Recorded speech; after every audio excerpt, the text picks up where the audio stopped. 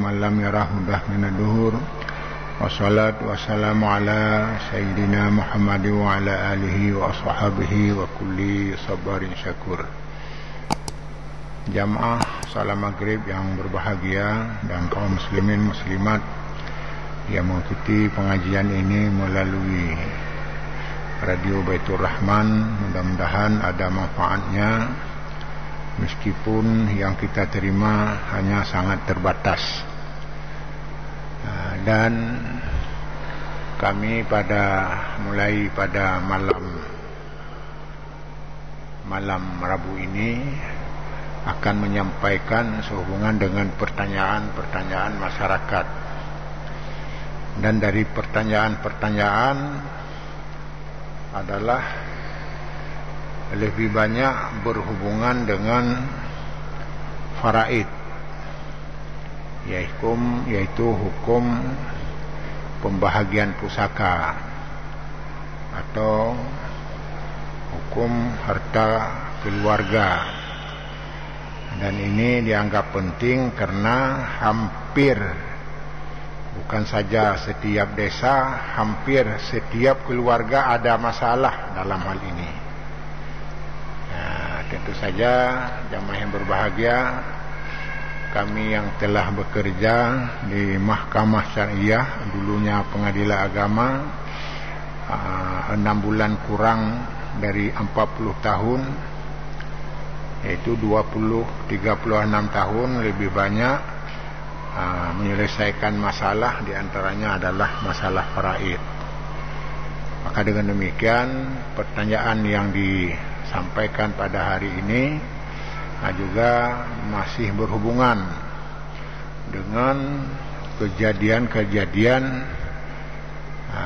yang pernah terjadi masa dulu, sekarang bahkan diperkirakan untuk selama-lamanya. Maka dalam hal ini tentu saja kita harus memahami yang pertama, bahwa syariat Islam ini ada beberapa prinsip atau disebut dengan maqasidus syariah, tujuan syariat. Di antaranya adalah hifdzul mal atau hifdzul amwal, memelihara harta, melindungi harta, sehingga orang Islam tidak ada yang apalagi diselewengkan dan sebagainya. Dengan demikian kaum muslimin muslimat tetap bersaudara. Meskipun dalam kaitan ini banyak juga sesama saudara hanya karena masalah pembahagian harta ini melahirkan perpecahan, bahkan pernah tidak berkomunikasi lagi. Maka perlulah kita harus memahami yang pertama, kedudukan harta pusaka. Karena apa? Karena dengan memahami itu kita akan menjaga, menghindari, dan pada gilirannya akan menuaikan maslahah yang lebih besar. Jadi karenanya jamaah yang berbahagia, kita harus memahami kenapa penting masalah ini diselesaikan.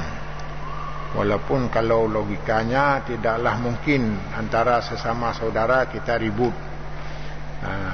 Jadi apalagi dalam pembahagian harta-harta yang banyak dan sebagainya. Tentu saja harta itu semuanya adalah harta orang tua, bukan karena jerih payah kita, tetapi kita menerima warisan setelah kedua orang tua kita meninggal dunia. Prinsip yang pertama adalah manusia itu secara fitrah adalah sangat mencintai harta. Tuhibbul mala hubban jamma. Mencintai harta adalah bersangatan-sangat. Bahkan dalam ayat yang lain isinya sama, wa innahu li hubbil khairi lasyadid. Dan manusia itu hubungan dengan harta sangat sangat serius, sadid, kuat sekali. Jadi dengan demikian bisa dipahami, karena ini fitrah tidak bisa dielak. Hanya yang mengelak adalah iman kita, kesadaran kita, dan hubungan ukhuwah kita. Bahkan di dalam hadis dinyatakan, memang demikianlah watak manusia. Lau kana lil insani wadiyani min dhahab labtawa lahuma salisan.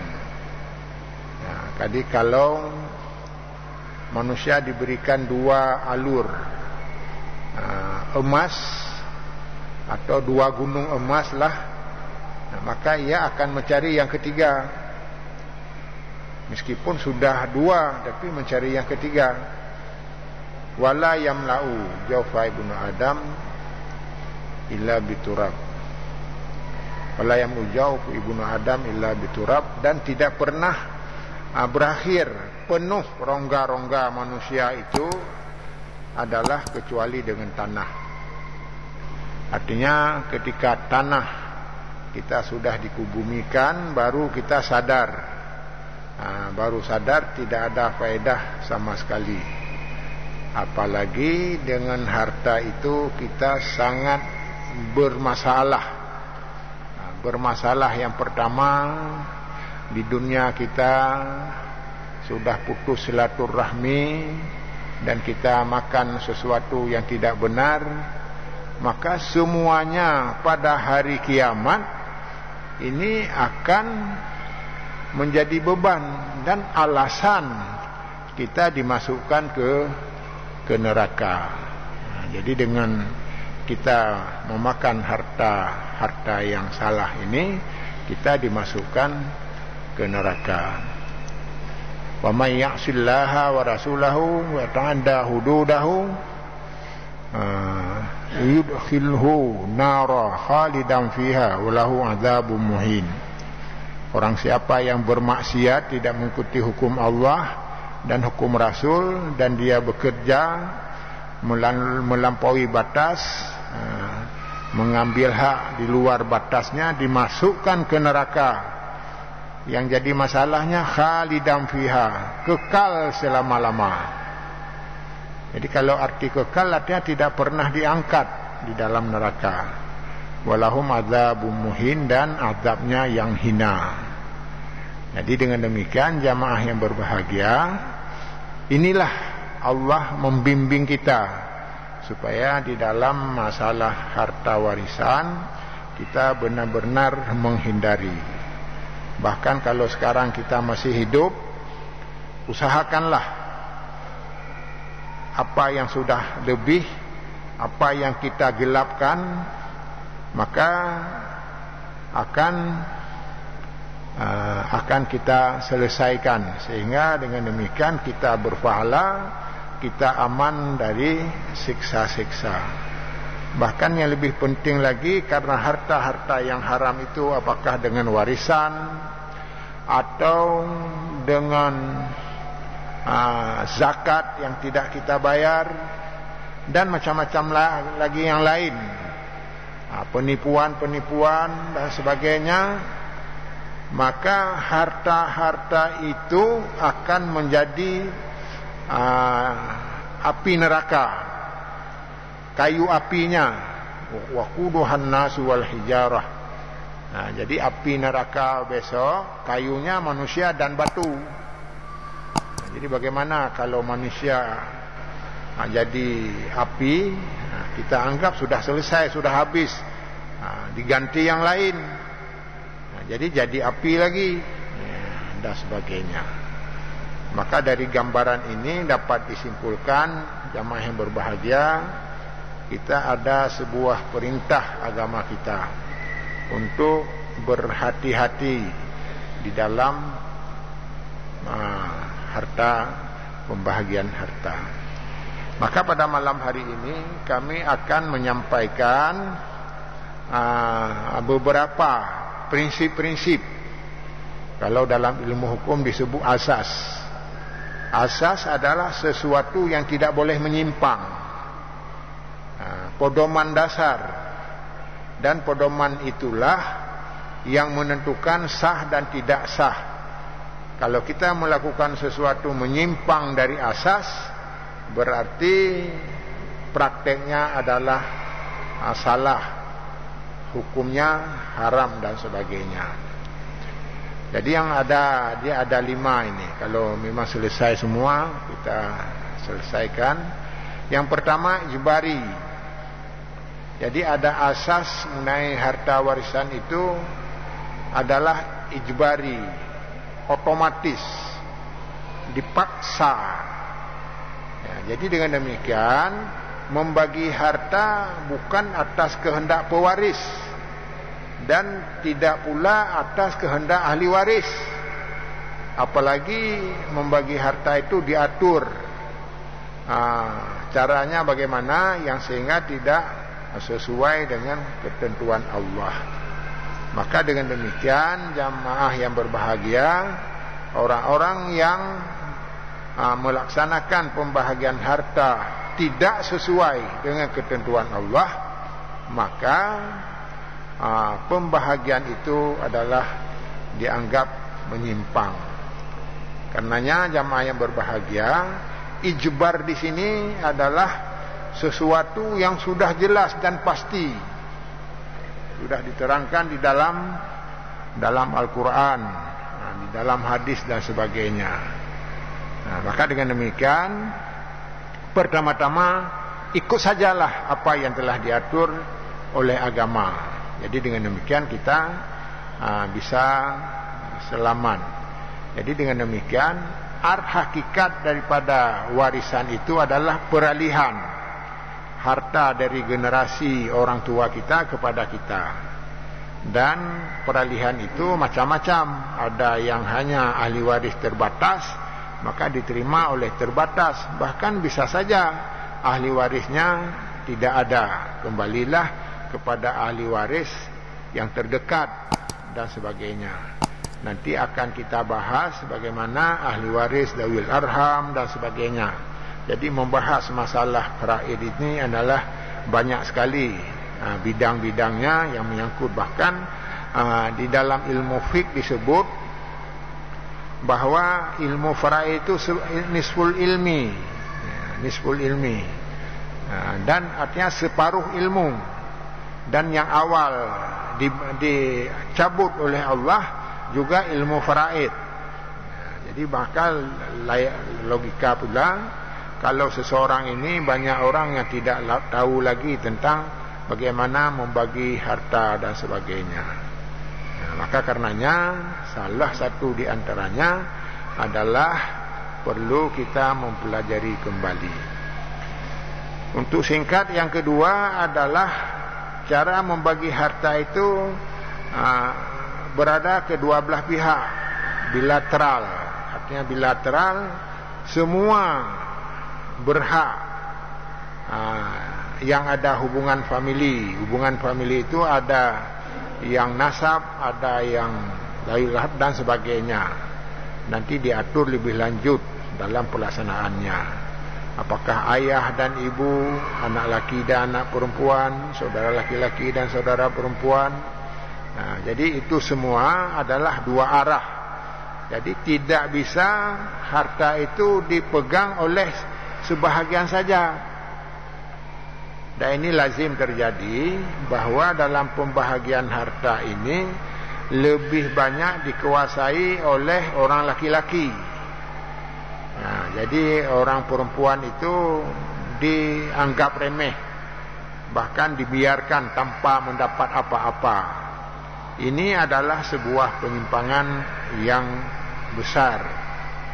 Jadi dengan demikian, bagaimana dalam hukum Islam semua yang ada hubungan darah dengannya tetap akan mendapat bahagian yang disebut dengan azas adalah alas bilateral, atau arah dari semua arah. Jamaah yang berbahagia, yang ketiga adalah dalam membagi harta itu adalah tidak tergantung pada banyak orang, tidak tergantung pada kekuatan, tetapi secara individu, pribadi-pribadi adalah yang disebut dengan ahli lujub, ahli adat lujub. Jadi mereka yang berhak menerimanya. Jadi dengan demikian apa artinya? Bahwa semua yang telah menjadi hak ahli waris itu memang tidak bisa dielak, tidak bisa dikias-kiaskan, dicari cara-cara yang dengan cara itu menyebabkan ada sebahagian ahli waris yang tidak terima. Kenapa? Semua ahli waris, bahkan bayi sendiri itu mendapat, walaupun tidak bisa ngomong apa-apa. Dalam kandungan sendiri ini ditunggu dulu bagaimana lahirnya, apakah laki dan perempuan. Kalau laki jatah laki-laki, perempuan jatah perempuan. Ditunggu bagaimana nasib anak dalam kandungan. Artinya Islam memperhatikan hak seseorang itu walaupun di dalam kandungan. Ini bermakna adalah Allah melindungi bidang harta. Meskipun bayi tidak bisa ngomong, dia diselamatkan. Maka ini banyak kejadian di Arab Saudi. Di Arab Saudi ini ada orang yang tidak tahu lagi siapa ahli warisnya. Ternyata sudah 100 tahun nampaklah ahli warisnya. Maka negara mengembalikan semua. Mengembalikan semua dalam arti kepada mereka itu diberikan haknya yang sekarang. Demikian pula harta-harta selama 100 tahun itu diserahkan kepadanya. Maka bisalah kita bayangkan di Arab Saudi namanya Baitul Asyi. Itu Baitul Asyi hanya sebahagian, tapi masih banyak. Tetapi yang sebahagian yang lain, harta orang Aceh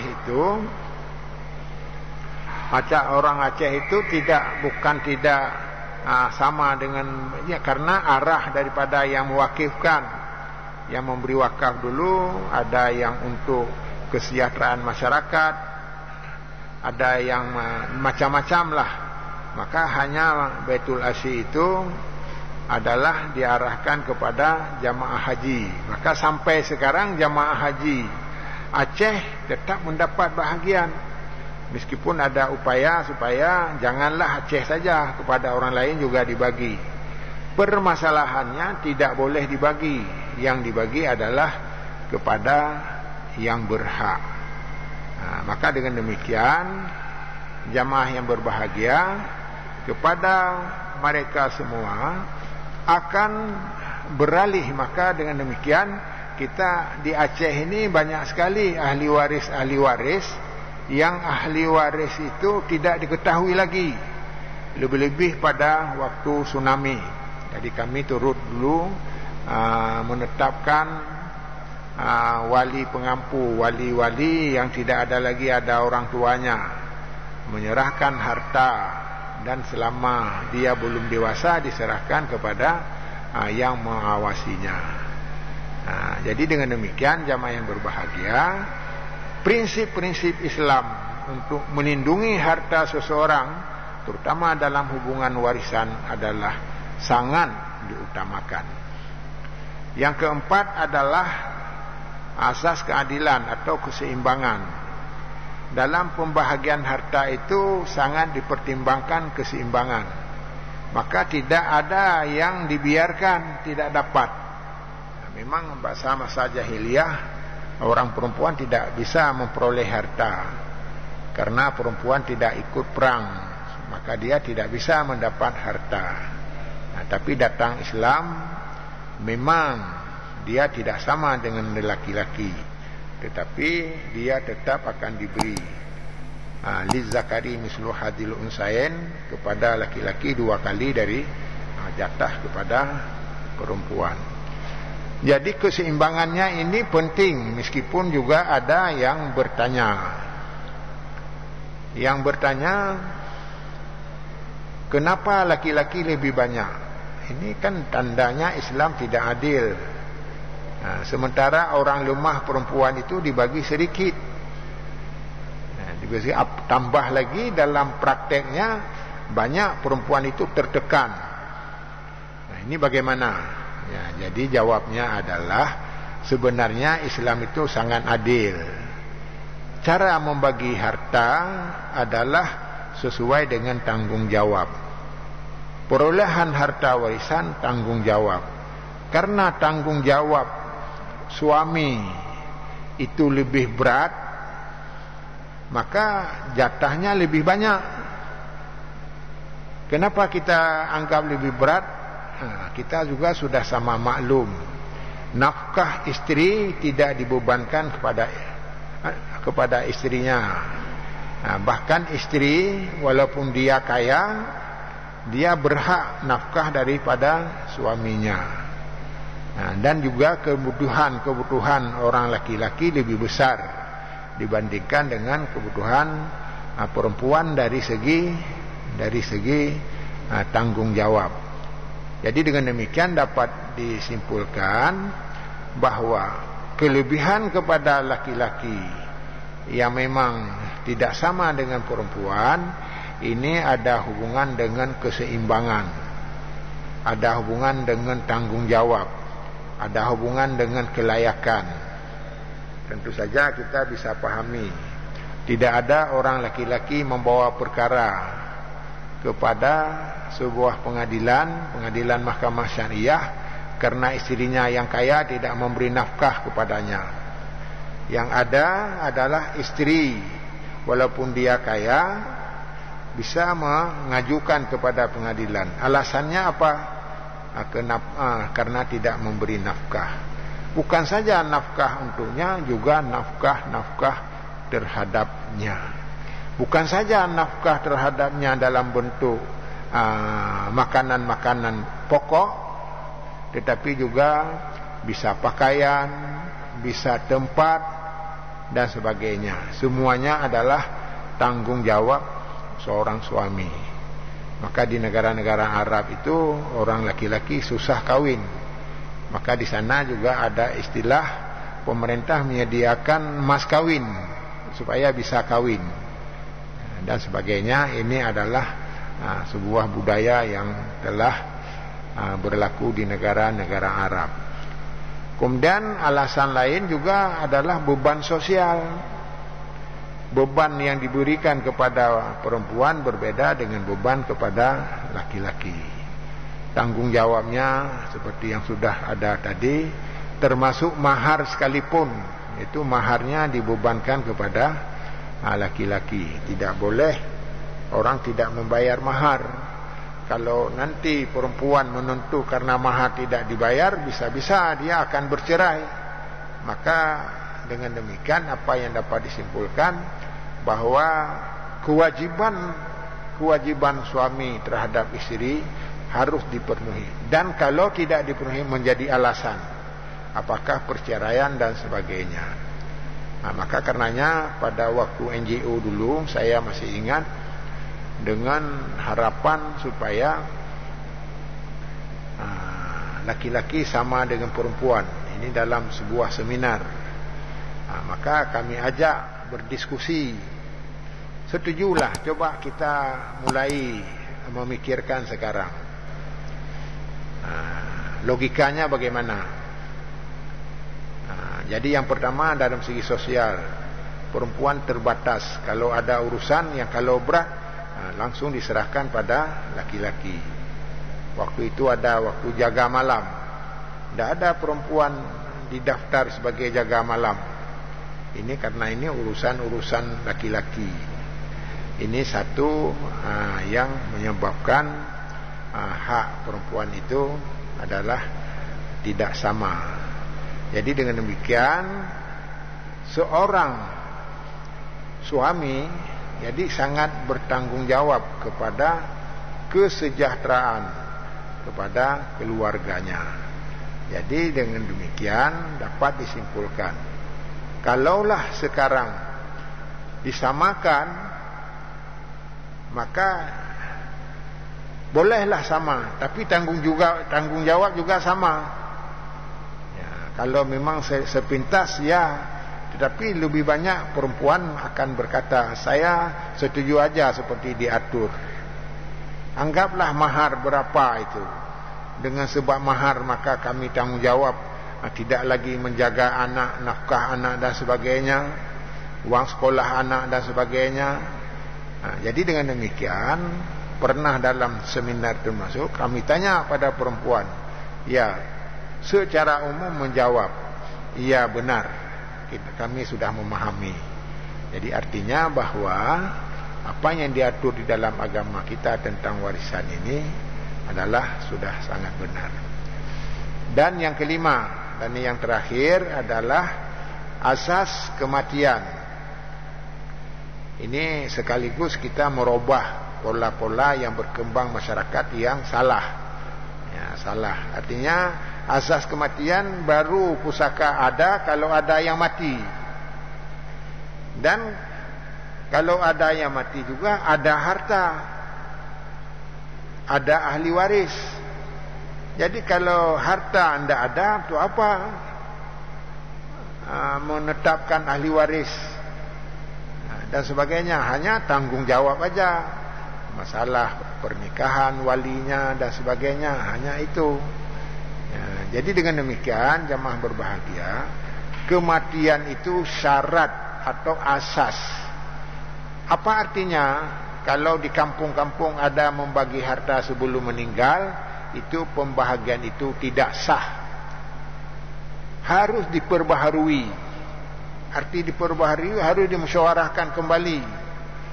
Ya, bahkan ada orang tua yang sudah membagi duluan dan sebagainya. Jadi semuanya harus atas persetujuan ahli waris yang lain. Jadi kalau tidak persetujuan, semuanya adalah haram. Jadi hukumnya riba. Jadi dengan demikian, harta-harta warisan yang dibagi sebelumnya itu adalah tidak sah, kecuali wasiat dan utang. Jadi kalau hutang itu memang sudah beban untuk kita bayar, terutama kepada utang-utang orang tua kita. Jadi azas kematian ini adalah banyak yang menyimpang. Banyak yang menyimpang karena sudah duluan dibagi. Akhirnya ributlah. Bahkan yang lebih ribut lagi ketika pembahagian ini, ketika meninggal sudah berubah kondisinya.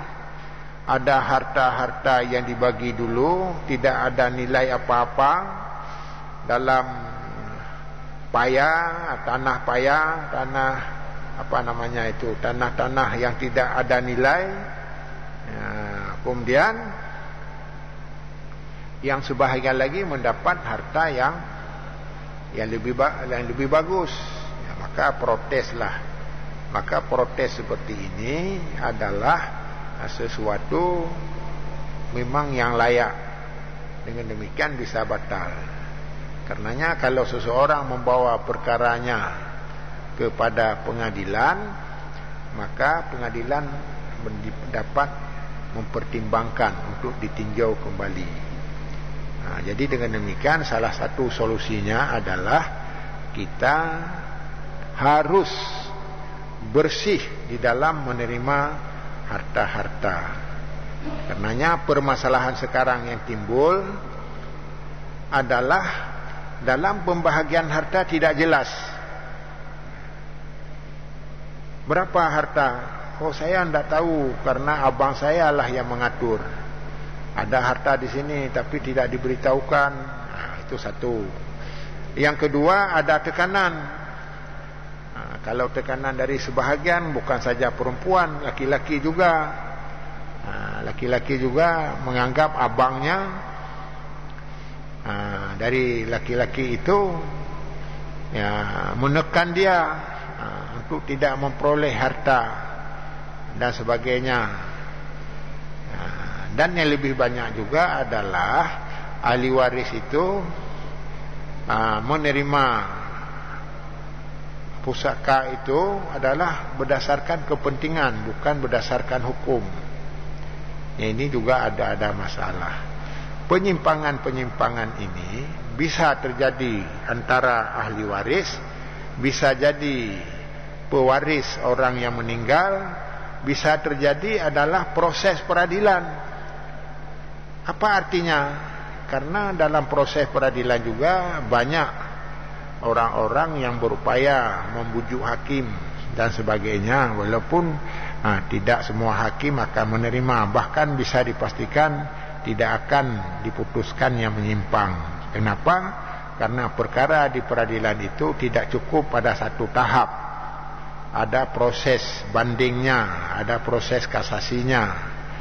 Jadi anggaplah pada tingkat pertama kita bisa membujuk macam-macam, tetapi tingkat ke bandingnya sudah berbicara lain. Tambah lagi kalau tingkat kasasi, semuanya adalah akan melahirkan masalah-masalah yang sehingga menyebabkan pertama-tama kita sudah menyimpang daripada yang diatur oleh agama, dan yang kedua kalau yang menyimpang itu sudah putus silaturahmi. Jadi karena biasa saja dalam hubungan pembahagian warisan yang tidak benar, ini melahirkan retak di antara keluarga. Bahkan yang lebih bahaya lagi apabila kita meninggal dunia. Jadi kalau meninggal dunia adalah semuanya tidak akan menjadi halal tanpa saling memaafkan. Maka dalam kesempatan pengajian malam ini, kepada saudara-saudara kami yang belum beres masalah harta warisan, harus segera dibereskan. Cara membereskannya adalah bermusyawarah. Kalaupun lebih kepada sebahagian ahli waris, tetapi harus atas suka sama suka rela. Jadi atas persetujuan ahli waris kita. Jadi dengan demikian apa yang diterima itu adalah akan benar-benar bermanfaat. Jamaah yang berbahagia, ada sebuah kata kunci. Kata kunci yang penting diingat, bahwa harta-harta yang diperoleh daripada pusaka, harta pusaka yang kita peroleh, dan yang kita peroleh itu benar, baik, bahkan saling kita bermusyawarah dengan keluarga dan sebagainya, bahkan ada antara ahli waris yang merelakan sebahagian hartanya diberikan kepada saudaranya yang tidak mendapat hak, dengan bermacam-macam. Maka kalau di Aceh dulu ada istilah patah titi, tetapi patah titi itu harus diterjemahkan dengan benar, karena hubungan patah titi adalah hukum warisan kepada zawil arham. Maka perbedaan pendapat ini pasti ada. Memang dalam kompilasi hukum Islam tidak dikenal lagi patah titi. Jadi hanya saja kalau ada sesuatu yang sifatnya seperti ini, didamaikan.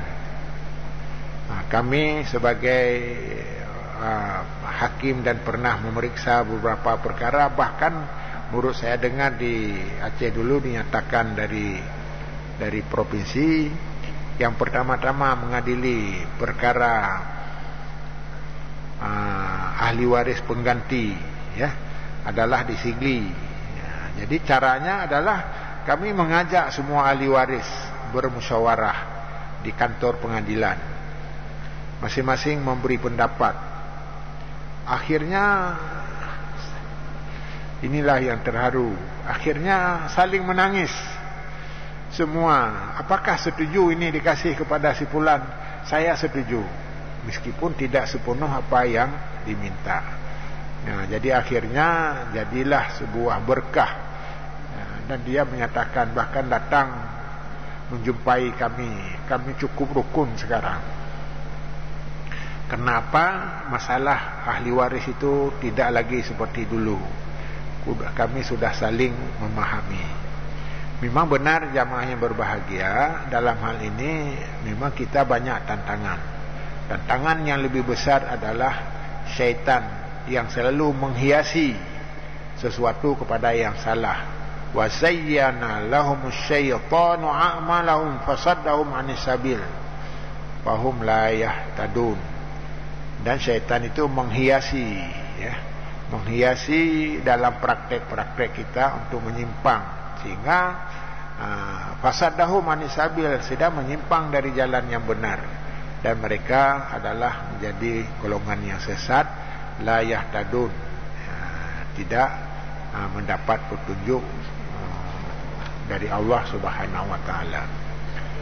Jamaah yang berbahagia, dari gambaran-gambaran, pengalaman-pengalaman yang ada, maka dapat disimpulkan masalah ini besar sekali, dan nanti akan diurai satu persatu yang berhubungan dengan ahli waris. Apalagi ada ahli waris yang tidak diketahui lagi, mafqud. Dulunya banyak perkara diajukan ke pengadilan. Kebetulan waktu kami bertugas di sini, jadi ini banyak harta-harta yang tidak diketahui lagi siapa pemilik. Dan sampai sekarang ada harta yang mungkin disimpan di bank. Kalau hukumnya adalah harus diserahkan ke Baitul Mal yang mengawasinya. Dan di Baitul Mal pun adalah sangat tergantung kepada keamanan harta itu sendiri. Kalau harta yang sudah ada itu lebih aman di bank dan tidak bermasalah, tidak dipersoalkan dan sebagainya. Jadi dalam kesempatan pembahasan kali ini berarti dapat kita simpulkan bahwa masalah harta pusaka adalah sebuah problem yang besar, dan hampir semua keluarga bermasalah. Jadi dengan demikian kita harus berpegang kepada pesan Al-Quran dalam surah An-Nisa, lirijali nasibum mimma tarakal walidaini wal akrabun walin nisa'i nasibum mimma tarakal walidaini wal akrabun mimma qallau au kasura nasibam mahfuda. Artinya laki-laki ada bahagian yang telah ditentukan, dan perempuan juga ada bahagian yang telah ditentukan oleh orang tua dan kerabat-kerabatnya, baik sedikit dan banyak. Itulah ketentuan yang sudah berlaku. Dalam hadis al-haqul faraidha fi bi ahliha fama baqiya fahuwa liwaliyin rajulin zakarin. Hubunglah, serahkanlah harta-harta faraid kepada yang berhak. Kalau ada harta-harta sisanya yang tidak habis dibagi, maka diserahkan kepada ahli waris melalui keturunan laki-laki. Dan ini adalah hukum asalnya begitu. Tapi bisa saja dalam kaitan dengan ini sedikit berubah. Tidak semuanya harus kepada laki-laki, tetapi juga boleh diterima oleh dawil arham. Boleh diterima oleh dawil arham bukan penyimpangan. Ini sudah ada ayat, nanti akan diterangkan tentang ahli waris pengganti kalau memang perlu, atau dalam hal-hal lain yang berhubungan dengan harta pusaka. Kami rasa waktunya sudah habis. Memang biasanya ada pertanyaan. Jadi ini tidak ada pertanyaan, jadi waktunya itu juga sudah berakhir. Pada jamaah mohon maaf yang sebesar-besarnya. Jadi memang di Masjid Oman itu ada kajian tentang faraid yang disampaikan oleh pakar-pakar hukum faraid, ya, pada malam setiap, tapi tidak setiap malam,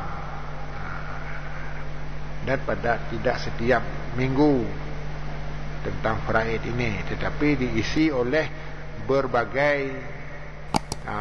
ahli, yang sehingga apa yang dibutuhkan oleh masyarakat. Dan yang lebih penting adalah bebas bertanya.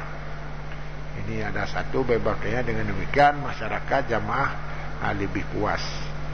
Dan lebih-lebih ini tentu saja kita di Masjid Baitur Rahman ini ada hubungan dengan radio.